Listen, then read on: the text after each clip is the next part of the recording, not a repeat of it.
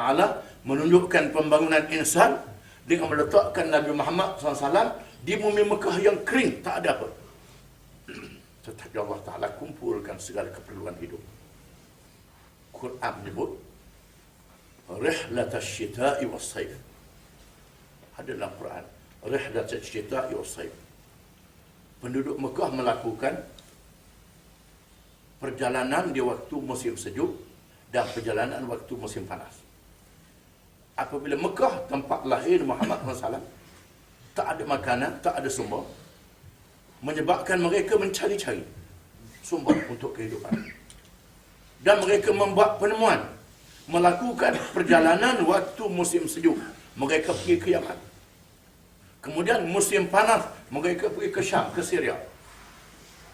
Kedudukan geografi dunia pada masa itu, Yaman ialah pengkalan kepada perdagangan negeri-negeri timur. China, India dan Parsi. Syam ialah perdagangan daripada barat, Rom, Greek dan negeri Pasifik Mediterranean. Maka penduduk Mekah datang ke Syam, ambil barang Syam, bawa ke Mekah, bawa ke Yaman, tukar dengan barang timur, bawa pula dari timur, bawa ke Mekah, bawa Mekah menjadi pusat kepada hubungan dunia di zaman itu. Dan kalau kita sedar, Allah Ta'ala letak Mekah ni dalam peta Arab Saudi yang menjadi penghubung kepada 3 benua besar, iaitulah Asia, Afrika dan Eropah.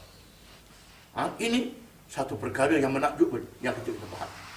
Dan bagi Nabi akhir zaman ini, dia beri mukjizat Al-Quran, mukjizat ilmu, yang berbeza dengan mukjizat Rasul-Rasul sebelum daripadanya. Rasul-Rasul diberi mukjizat, mukjizat ialah perkara luar biasa yang menandakan kerasulan seseorang yang dilantik menjadi Rasul untuk mencabar apa yang menjadi kebanggaan di zaman masing-masing. Nabi Ibrahim AS dikurniakan mukjizat, tak hangus dia bakar api untuk menghadapi keangkuhan Gajah Namrud. Fir'aun dia beri mukjizat untuk melawan sihir. Sihir menjadi ilmu yang dibangga di zaman itu. Nabi Isa AS mukjizat boleh menghidupkan orang mati dan sebagainya. Kerana ilmu perubatan dan lain-lain menjadi kebanggaan di masa itu. Adapun Nabi Muhammad SAW diberi mukjizat Al-Quran. Quran adalah sumber kepada semua ilmu. Sama ada ilmu agama ataupun ilmu dunia, semua ada dalam Quran, semuanya.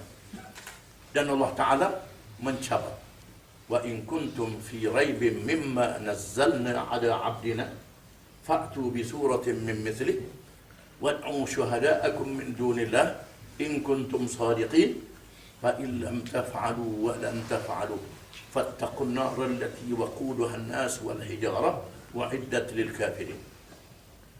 Yang bermaksud, dan jika sekiranya kamu ragu daripada apa yang kami turunkan dari Quran kepada hamba kami Muhammad sallallahu alaihi wasallam, kamu ragu tak percaya, sila kamu buat satu surah sepertinya.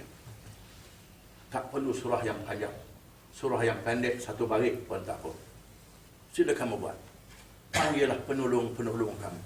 Sama ada penolong-penolong itu Tuhan-Tuhan yang kamu puja selain daripada Allah, ataupun penolong-penolong itu merupakan pemimpin-pemimpin yang kamu sanjung, yang kamu rasa terlalu bijak pemimpin kamu itu, ataupun semua pakar-pakar kamu, ilmuwan kamu, panggil mereka semua, buat satu surah Al-Quran. Jika sekiranya kamu tidak dapat melakukan, dan kamu tidak akan dapat melakukannya, takutlah kamu akan api neraka, hukuman daripada Allah. Umpanya manusia dan batu. Dia sediakan untuk orang-orang yang engkar, yang menentang peraturan Allah Subhanahu Wa Taala. Dan Allah Taala menunjukkan apa kita hari ini, apabila manusia melawan peraturan Quran, tak boleh selesai masalah.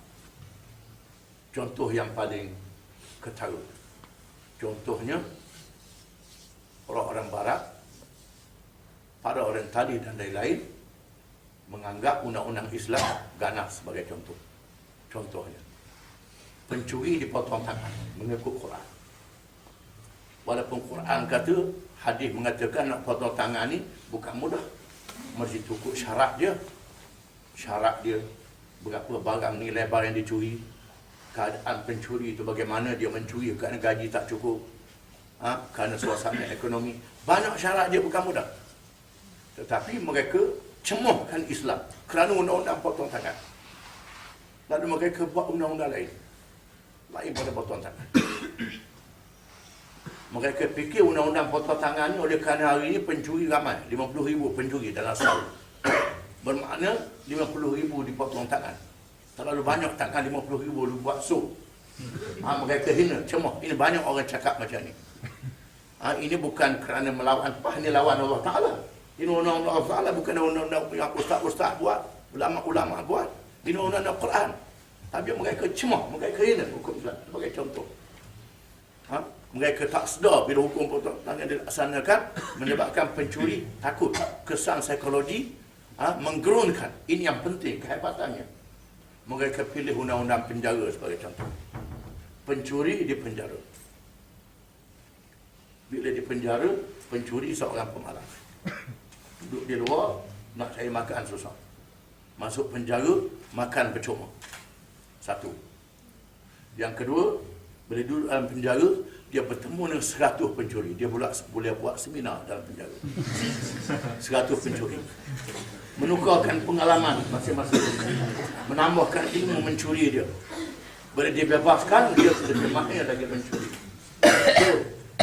Yang ketiga, bila pencuri ditangkap, isteri dia, anak dia terbiar, tak ambil tahu. Isteri jadi pencuri, anak jadi pencuri pula. Inilah yang berlaku kekalutan dalam masyarakat hari ini. Yang kita kena faham. Termasuklah undang-undang peraturan-peraturan yang lain. Contohnya kemalangan jalan raya. Mengapa banyak sangat? Cukup ansyuran ada, tak apa. Kalau kita langgar orang, ansyuran bayar. Ansyuran bayar, kereta rosak pun, ansyuran bayar, tak jadi masalah. Dalam Islam ada hukum qisas. Yang berkait dengan kecederaan. Yang berkait dengan pembunuhan. Sama ada sengaja atau tak sahaja. Semua ada dalam Quran.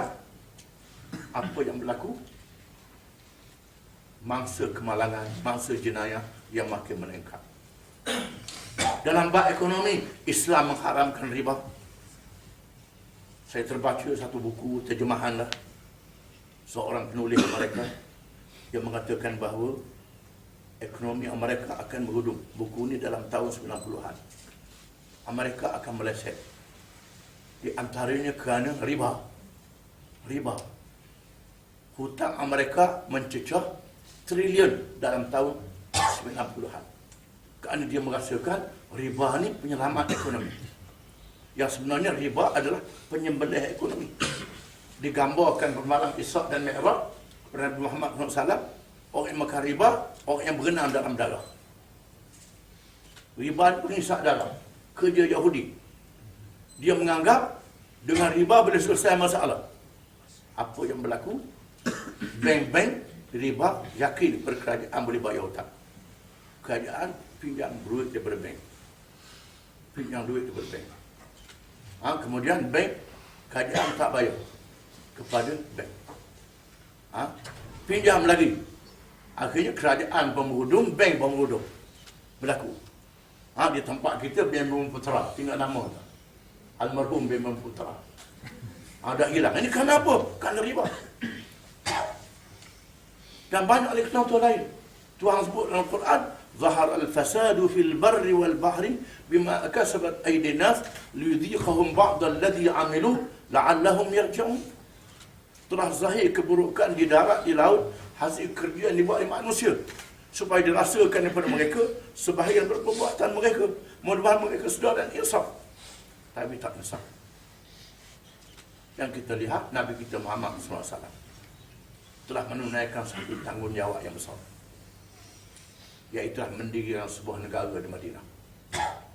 Apabila tak diizinkan negara didirikan di Mekah, maka Nabi mendirikan negara di Madinah melalui satu perjuangan. Mendirikan khilafah mesti dengan perjuangan, bukan dengan percuma. Sebab saya tahu ada kumpulan dia nak dirikan khilafah tapi tak berjuang. Itu tak kena, tak betul. Allah sebut dalam Quran, "Wa'adallahu alladhina amanu minkum wa 'amilus salihat la yastakhlifannahum fil ard kama istakhlafa alladhina min